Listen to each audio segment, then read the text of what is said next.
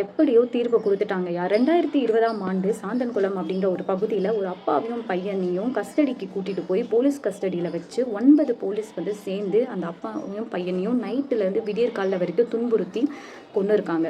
இந்த விஷயம் வெளில வந்ததுக்கப்புறம் மக்கள் மட்டும் இல்லாமல் எல்லார் சைட்லேருந்தும் வந்து பார்த்திங்கன்னா ஒரு எதிர்ப்பு வந்துச்சு. ஒரு போலீஸ் கஸ்டடியில் இந்த அளவுக்கு ஒரு விஷயம் நடந்திருக்கு அப்படின்னு சொல்லிட்டு எல்லாரும் கொந்தளிச்சாங்க. ஆனால் 5 வருஷம் அந்த குடும்பத்தில் இருக்கவங்க அந்த வலிய வேதனை அனுபவிச்சுட்டு இருந்திருக்காங்கன்னு சொல்லலாம். 5 வருஷத்துக்கு முன்னாடி நடந்த ஒரு பிரச்சனை, 5 வருஷத்துக்கு நடந்த முன்னாடி ஒரு கொலை, எதுவுமே பண்ணாத ஒரு அப்பாவிங்க 2 பேர் இறந்துட்டாங்க. ஒரு தலைமுறையே வந்து கொண்டுட்டாங்கன்னு சொல்லலாம். அவங்களுக்கு இப்போது வந்து தூக்கு தண்டனை சொல்லியிருக்காங்க. அதுவும் வந்து ரேரஸ்ட் ஆஃப் ரேர் அப்படின்ற மாதிரி இரட்டிப்பு தூக்கு தண்டனை அப்படின்றத சொல்லியிருக்காங்க.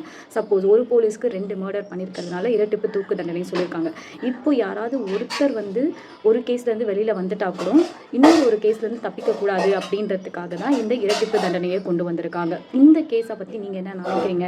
கண்டிப்பாக இந்த தீர்ப்பு வந்து நாளைக்கு கை வைக்கணும்னு நினைக்கிறவங்களுக்கு ஒரு பயத்தை ஏற்படுத்தியிருக்குன்னு தான் நான் நினைக்கிறேன். இதே மாதிரி நிறைய குற்றங்கள் வந்து பார்த்திங்கன்னா கண்டிப்பாக டெத் பெனால்ட்டி கொடுக்கறது தான் வந்து ஒரு நல்ல தீர்ப்பாக இருக்கும். ஒரு பயம் வரும். அதை பற்றி நீங்கள் என்ன நினைக்கிறீங்க அப்படின்றத மறக்காமல் காமெண்ட்ஸில் சொல்லுங்கள். இந்த வீடியோ பிடிச்சிருந்துச்சுன்னா ப்ளீஸ் வாட்ஸ்அப் ஃபாலோ பண்ணிக்கோங்க. பாய்.